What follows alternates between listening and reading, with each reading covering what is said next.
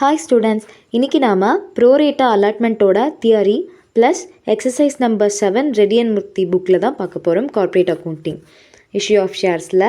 So pro rata allotment அப்படிங்கிறது first என்ன concept அப்படின்னா, இப்போ என்னோடய கம்பெனியில் எனக்கு தேவைப்படுற ஷேர்ஸ், அதாவது பப்ளிக்கு நான் இஷ்யூ பண்ண வேண்டிய ஷேர்ஸ் இஷ்யூ பண்ணுறேன் இல்லையா, அது வந்து 1 lakh அப்படின்னா இதில் எனக்கு அப்ளிகேஷன் ஃபஸ்ட்டு ரிசீவ் ஆகும் இல்லையா, இன்ஸ்டால்மெண்ட் பேசிஸில் தான் இந்த ப்ரோரேட்டா அலாட்மெண்ட் வரும். ஓகேங்களா?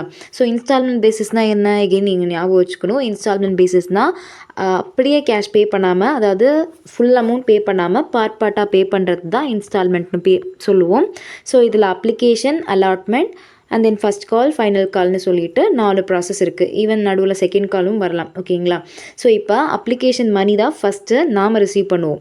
அடுத்து வரக்கூடிய allotment, first call, second call and final கால் எல்லாமே ஃபஸ்ட்டு நம்ம கால் பண்ணுவோம். அதுக்கடுத்தது தான் பேங்க்குக்கு பேமெண்ட் ரிசீவ் ஆகும். ஓகேங்களா? ஸோ இப்போ நம்ம அப்ளை பண்ணுறோம் இல்லையா, பப்ளிக் அப்ளை பண்ணுவாங்க இல்லையா, 1 lakh ஷேர் தான் என்னோடய கம்பெனிக்கு தேவை. பட் பப்ளிக் அப்ளை பண்ணது 1,20,000 ஷேர்ஸ்க்கு அவங்க அப்ளை பண்ணியிருக்காங்க. அப்படின்னா எனக்கு தேவைப்படுறதே 1 lakh ஷேர்ஸ்க்கான அப்ளிகேஷன் அமௌண்ட் தான். பட் 20,000 அமௌண்ட் வந்து அப்ளிகேஷன் அமௌண்ட் எக்ஸஸாக எனக்கு ரிசீவ் ஆகிருக்கு இல்லையா, இதை நான் என்ன பண்ண போகிறேன் அப்படிங்கிறதுல தான் இந்த ப்ரோரேட்டா அலாட்மெண்ட் கான்செப்ட் வருது. ஓகேங்களா?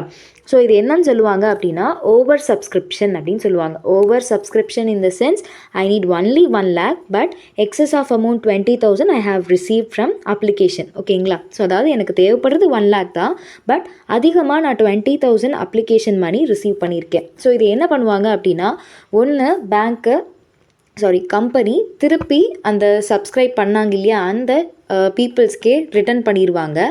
ஆர்எல்ஸ் இன்னொரு ஆப்ஷன் தான் இந்த ப்ரோரேட்டா அலாட்மெண்ட் அப்படிங்கிறது. ஸோ ப்ரோரேட்டா அலாட்மெண்ட்டுன்னு திருப்பி சொல்லிட்டு இருக்கேன் இல்லையா, அலாட்மெண்ட்டுங்கிற வேர்டு வருது, அதை வச்சு நம்ம ஞாபகம் வச்சுக்கணும். ஸோ என்ன பண்ணுவாங்க அப்படின்னா, அந்த அப்ளிகேஷன் மணியை ரிசீவ் பண்ணதை they converted into allotment amount. அதாவது எக்ஸஸாக நான் 20,000 வாங்கியிருக்கேன் இல்லையா, 20,000க்கான அமௌண்ட் அப்ளிகேஷன் மணி ரிசீவ் பண்ணியிருப்பேன் இல்லையா, அதை நான் என்ன பண்ணுவேன்னா அலாட்மெண்ட்டில் அதாவது அட்ஜஸ்ட் பண்ணிப்பேன். அது எப்படிங்க மேம் அட்ஜஸ்ட் பண்ணுவாங்க அப்படின்னா, இதுக்கு ஒரு ஃபார்முலா இருக்குது. Total shares offered divided by total shares applied for example, ஒரு கம்பெனி 10,000 ஷேர்ஸ் தான் ஜென்ரல் பப்ளிக் கிட்டேருந்து இஷ்யூ பண்ணியிருக்காங்க, ஷேர்ஸ் வேணும்னு சொல்லிட்டு. ஓகேங்களா? ஸோ அதுக்கு அவங்களுக்கு ரிசீவ் பண்ண அப்ளிகேஷன் பார்த்தோம் அப்படின்னா எக்ஸஸாக 5,000, அதாவது 15,000 அவங்க ரிசீவ் பண்ணியிருக்காங்க. ஸோ அப்போ total shares offered, company offer பண்ண ஷேரு ஒன்லி 10,000 டிவைடட் பை அவங்க ரிசீவ் பண்ண அப்ளிகேஷன் ஷேர்ஸ்க்கு வந்து எவ்வளோனா 15,000. ஸோ இதை டிவைட் பண்ணோம் அப்படின்னா 2:3 ரேஷியோவில் வந்திருக்கும். இந்த ரேஷியோ எதுக்காக அப்படின்னு பார்த்தோன்னா, ஃபார் எக்ஸாம்பிள் நான் அந்த கம்பெனியில் 300 ஷேர்ஸ்க்கான அப்ளிகேஷன் அமௌண்ட் பே பண்ணியிருக்கேன். அவங்க என்ன பண்ணுவாங்க அப்படின்னா, இந்த ரேஷியோ பேசிஸில் எனக்கு அட்ஜஸ்ட் பண்ணி கொடுத்துருவாங்க. ஸோ நீங்கள் 300 ஷேர்ஸ் பே பண்ணதுக்கு நாங்கள் அக்செப்ட் பண்ணலை. ஸோ அதனால உங்களோட 300 ஷேர்ஸை இந்த ரேஷியோவில் 200 ஷேர்ஸ் ரேஷியோவில் பிரிச்சுட்டோம். ஸோ நீங்கள் எக்ஸ்ட்ராவாக பே பண்ணியிருப்பீங்க இல்லையா, எவ்வளோ ஷேர்ஸ்க்கு எக்ஸ்ட்ரா பே பண்ணியிருப்பாங்க, 100 ஷேர்ஸ்க்கு. ஓகேங்களா? அந்த அமௌண்ட்டை நாங்கள் நெக்ஸ்ட்டு பே பண்ணுவீங்க இல்லையா, இந்த 200க்கான அலாட்மெண்ட் அமௌண்ட்டு, அதில் அட்ஜஸ்ட் பண்ணிப்போங்க அப்படின்னு சொல்லி நம்மளுக்கு இன்ஃபார்ம் பண்ணிடுவாங்க. அதுதான் ப்ரோரேட்டா.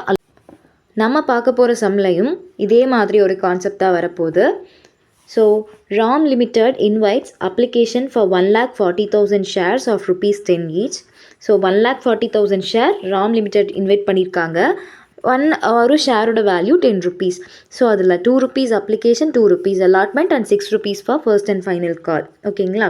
த company receive application for 2 lakh shares and pro rata allotment was mat.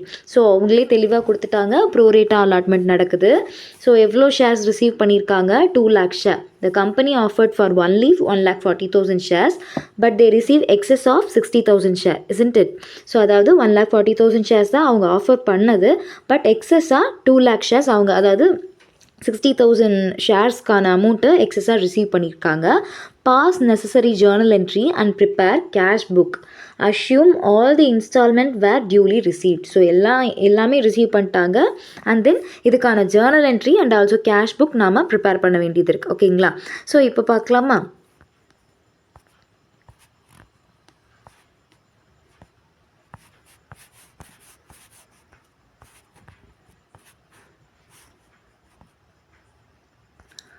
First 1,40,000 ஷேர்ஸை 2 lakh அப்ளிகேஷன் அமௌண்ட் 2 lakh ஷேர்ஸ்க்கான அப்ளிகேஷன் அமௌண்ட் ரிசீவ் பண்ணியிருக்காங்க. ஸோ நம்ம ஃபஸ்ட்டு அப்ளிகேஷன் தான் அமௌண்ட் தான் ரிசீவ் பண்ணியிருப்போம்.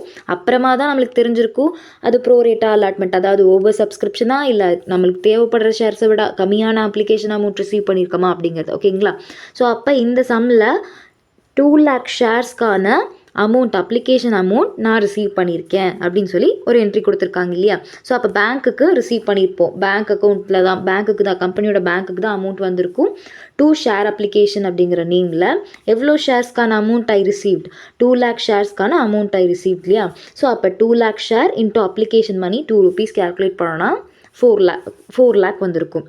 ஸோ நெக்ஸ்ட்டு பார்த்தோம் அப்படின்னா, ஸோ இதில் எக்ஸஸாக அப்ளிகேஷன் மணி எவ்வளோ நம்ம ரிசீவ் பண்ணியிருக்கோம், எவ்வளோ ஷேர்க்கான அப்ளிகேஷன் மணி வி ரிசீவ் தேவைப்படுறது 1,40,000 ஒன்லி, அதாவது 1,40,000 ஷேர்ஸ்க்கான அப்ளிகேஷன் அமௌண்ட் மட்டும்தான். பட் 2 lakh ஷேர்ஸ்க்கான அப்ளிகேஷன் அமௌண்ட் ரிசீவ் பண்ணியிருக்கோம். ஸோ இதோட டிஃப்ரென்ஸ் எவ்வளோ?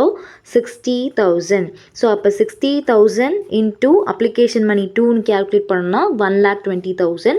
ஸோ அப்போ 1,20,000 அமௌண்ட் நான் எக்ஸஸாக ரிசீவ் பண்ணியிருக்கேன்.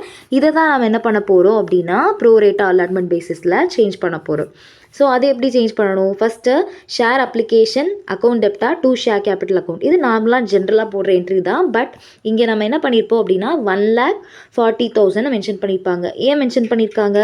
ஆக்சுவல் என்னோட கம்பெனியோட ஷேர் கேபிட்டல், எனக்கு தேவைப்படுற ஷேர் கேபிட்டல் எவ்வளோ அப்படின்னா அப்ளிகேஷனில் இருந்த 1,40,000 share into 2 rupees application money, அதுதான் எனக்கு தேவைப்படுற அமௌண்ட்டு. கரெக்டுங்களா? ஸோ எவ்வளோ அமௌண்ட்டு? 2,80,000 தான் I need from application money.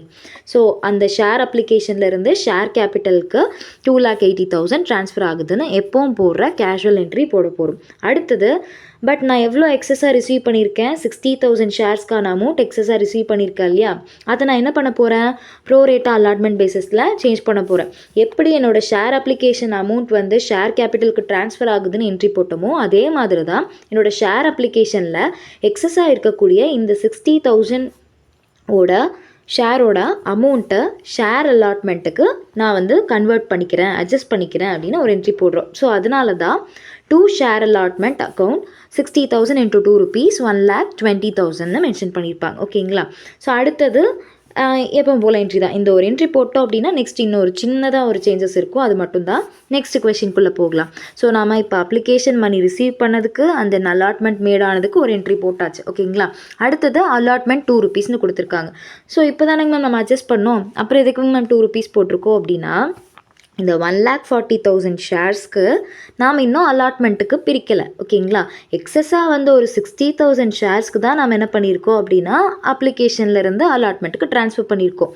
So அப்படியே பார்த்தாலும் இந்த 1,40,000ல் 60,000க்கான அமௌண்ட்டு தான் நாம் கேல்குலேஷன்ஸ் படி அட்ஜஸ்ட்மெண்ட், அதாவது அப்ளிகேஷன் மணியிலிருந்து எடுத்து இங்கே வச்சுருக்கோம். ஓகே, ஸோ இப்போ அலாட்மெண்ட்டுக்கான என்ட்ரி 1,40,000 ஷேர்ஸ்க்கு 2 rupees அலாட்மெண்ட். இங்கே ஏங்க மேம் 2 lakh ஷேர்ஸ் போடலை அப்படின்னா, இது நம்ம அப்ளிகேஷன் மணி ரிசீவ் பண்ணது, அதுதான் நம்ம அந்த 60,000 எக்ஸஸை வந்து அட்ஜஸ்ட் பண்ணி போட்டோம் இல்லையா? ஸோ அதனால் இந்த 2 lakh ஷேர்ஸ் எக்ஸஸ் ஓவர் சப்ஸ்கிரிப்ஷனில் ரிசீவ் பண்ண இந்த ஷேர் அமௌண்ட்டு எப்போவுமே எடுத்துக்கூடாது. ஓகேங்களா?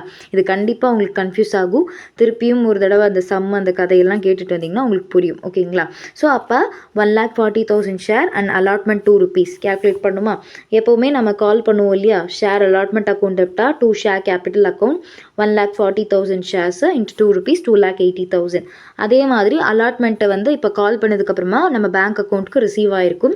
So bank account debited to share allotment account. But இந்த சம்மில் எப்போவுமே நம்ம என்ன பண்ணுவோம், இங்கே என்ன அமௌண்ட் போட்டிருக்கோமோ அதே தான் நம்ம ரிசீவ் பண்ணியிருப்போம். சப்போஸ் மேபி கால்ஸ் இன் அரியர்ஸ் இருந்துச்சு அப்படின்னா எவ்வளோ கால்ஸ் இன் அரியர்ஸோ அது டெபிட் சைடில் கால்ஸ் இன் அரியர்ஸ்னு மென்ஷன் பண்ணியிருப்போம். பட் இந்த சம்மில் ஏதோ மைனஸ் பண்ணி வச்சுருக்காங்க. என்ன மைனஸ் பண்ணியிருக்காங்க? ஆல்ரெடி நான் என்ன பண்ணிட்டேன், 1,40,000 ஷேர்ஸில் 60,000 ஷேர்ஸ்க்கான அமௌண்ட்டு தான் அட்ஜஸ்ட்மெண்ட்டில் வந்து 1,20,000 போட்டோமா, அதாவது அலாட்மெண்ட்டுக்கு நம்ம கன்வெர்ட் பண்ணிட்டோம். எதனால் கன்வெர்ட் பண்ணோம்? எக்ஸஸாக இருக்குங்க உங்களோட அப்ளிகேஷன் மணி. ஸோ அதனால் உங்களோட ஷேர் எவ்வளோ ஷேர், 10 ஷேர் வாங்குறீங்க அப்படின்னா அதை 8 ஷேராக குறைச்சிட்டங்க.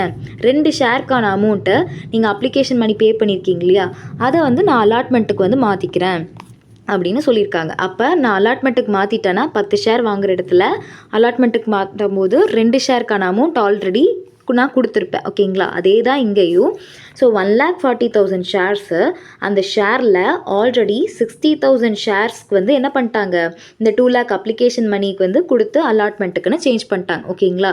ஸோ அப்போ ஆக்சுவல் அலாட்மெண்ட் அமௌண்ட் எவ்வளோ, 2,80,000. அதில் ஆல்ரெடி என்னோடய அப்ளிகேஷன் மணி அலாட்மெண்ட்டு அப்படின்னு சொல்லி அட்ஜஸ்ட் பண்ணது வந்து 1,20,000. இதை மைனஸ் பண்ணோம் அப்படின்னா எவ்வளோ வரும், 1,60,000. இப்போ கரெக்டாக பார்த்தீங்கன்னா ஷேர் அலாட்மெண்ட்டை 1,20,000 ப்ளஸ் ஒரு 1,60,000 ஆட் பண்ணிங்கன்னா 2,80,000 நீங்கள் கால்ஃபர் பண்ண அமௌண்ட் நம்மளுக்கு கிடச்சிருக்கும். ஓகேங்களா? ஸோ அடுத்தது என்ன சொல்லியிருக்காங்க, 6 rupees on first and final கால். இதில் கால்ஸ் இன் அரியர்ஸ் இல்லை, ஸோ அதனால ஈஸியாக சம் முடிச்சிடலாம். So share first call account, first and final call account debit to share capital account. இங்கேயும் 1,40,000 ஷேர்ஸ் தான். பிகாஸ் எனக்கு நான் இன்வைட் பண்ணது இதுதான், நான் எக்ஸஸாக ரிசீவ் பண்ணதை அப்போவே நான் அட்ஜஸ்ட் பண்ணிட்டேன். ஸோ தெளிவாக ஞாபகம் வச்சுக்கோங்க, அதிகமாக வாங்கினதை நம்ம திருப்பி கொடுத்துட்றோம் ஆர்எல்ஸ் அட்ஜஸ்ட் பண்ணிட்டோம். ஓகேங்களா? ஸோ அதனால் எல்லா இடத்துலையும் இந்த 1,40,000 தான் வரும். 6 rupees கால் அமௌண்ட்டை கேல்குலேட் பண்ணோன்னா 8,40,000. ஸோ நான் கால்ஃபர் பண்ணியாச்சு. அடுத்தது நான் ரிசீவ் பண்ணுறேன், என்னோட பேங்க் அக்கௌண்ட்டுக்கு ரிசீவ் ஆகிருக்கும். Bank account debit to share first call and final call account same amount receive பண்ணதாக போட்டுரும். ஓகேங்களா? ஸோ அடுத்தது கொஸ்டினில் என்ன சொல்லியிருக்காங்க, not only journal entry we need to prepare cash book also. So cash book prepare பண்ணுறது ரொம்ப ஈஸி.